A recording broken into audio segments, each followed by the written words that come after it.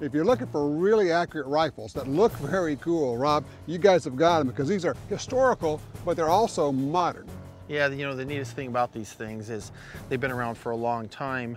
They're probably more popular now than when they were new, but they're incredibly high performance. Right. You got various versions of your M1A. All right. So you take a basic M1A, what we call a standard grade. If you put a national match barrel and national match trigger in that, you have what we call a loaded package. Okay. But it's still not really there yet. There's still a lot more you can do. Okay. The gun will shoot really well and it's accurate and reliable, but there's more to go. When the first versions of the accurized rifle to be shot in the Camp Perry national matches for service rifle, when they developed them, that package became known as the national match package because it was the national matches. Yeah, you shot it in matches. Well, what happens to make a loaded package gun a national match is first you have to glass bed it. And this is the national match. This is a national match. It comes with the heavyweight barrel or the medium weight barrel, which if you were to take the handguard off, instead of the standard barrel, which is thin about this diameter all the way down, the medium weight barrel is heavy right up to the op rod guide. Okay, then it thins down. Then it thins down. So it's quite a bit heavier, but it's nowhere near as heavy as the next level up.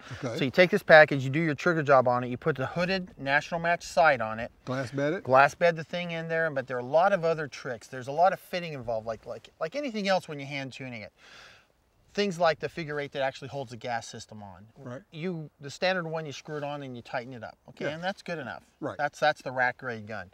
You fit that part so that it actually locks up and it has to be torqued in, and that holds the gas system in a different spot. You start gluing and attaching pieces together. So basically, you make a bunch of parts, one part. And that's what makes it really accurate. And it's all about being repeatable, isn't it? Repeatable. It's doing away with tolerances. That's what accuracy is. That's all accuracy is. Okay. Then you take the next step up. Now that was the national match package. All righty. For service rifle. That's a lot heavier. Yeah, there's a lot of gun here. This is a super match. Now the super match is built to the limit of the national match rules for service rifle. So they have a specific size and weight? There is literally a cutout that the rifle has to fit in to be legal. And this stock is as big as it can be. It's as thick as it can be. Its profile is as tall as it can be. It has the super match has a different gas system in it. There's a different op rod. It has different operating rod guide. Heavier barrel? Barrel's heavier all the way to the front.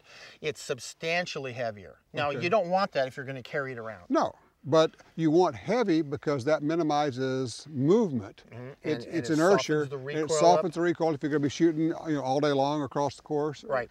Exactly. So it makes the gun easier for you to shoot. It makes the gun more accurate. So these guns are phenomenally accurate. This is state of the art for accuracy for a. And this has stainless steel barrel. Right. This particular one has stainless steel barrel. There's a whole list of options you can have. You can pick for 3 or 4 different barrels. Man, that is a lot heavier. Yeah. But it's a lot of gun. That fiberglass stock adds 2 pounds all by itself. Wow. All right. Now this one is really decked out. What is this? You take that same action assembly, which was a super match action assembly. That's the best thing we can build. But that's designed specifically for the iron sights because all the national matches are fired with iron sights, right? But let's say you want it for a tactical rifle or for a precision rifle. Right. Well, you want an optical sight on it. So we put it in a stock. It's it's a super match action assembly put in a stock designed specifically for optics use. Because this stock, the comb is too low. It's too low to use a scope. Your eye would be below the scope. So you can raise the comb. This is adjustable, right? It's adjustable so that its lowest position. I doubt anybody ever shoots one of these with the iron sights on it. But if you put the scope, you put the sheath piece all the way down, you can get to the iron sights. Okay. But it's not optimal. Right. But that means the rest of the comb and the butt plate is in about the right place for the scope because it's up a few more inches. Right. Okay. So you're set up for the scope here. What else you got going on here? Well, the rest of the rifle is exactly the same. So you can fundamentally consider a M21 a super match in a tactical stock. And this is what our snipers, designated marksmen are using. That's the same basic platform. And for those who don't know, obviously all of these are 308s. Yeah, correct. They're all 308s. Almost every M1A is 308. Okay.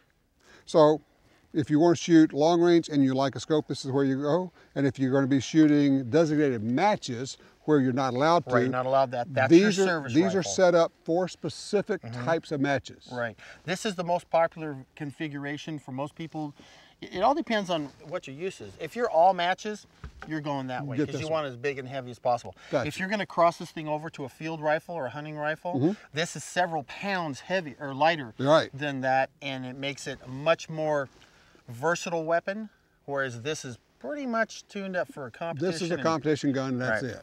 All right, and all of them shoot. Yeah, they all shoot really well.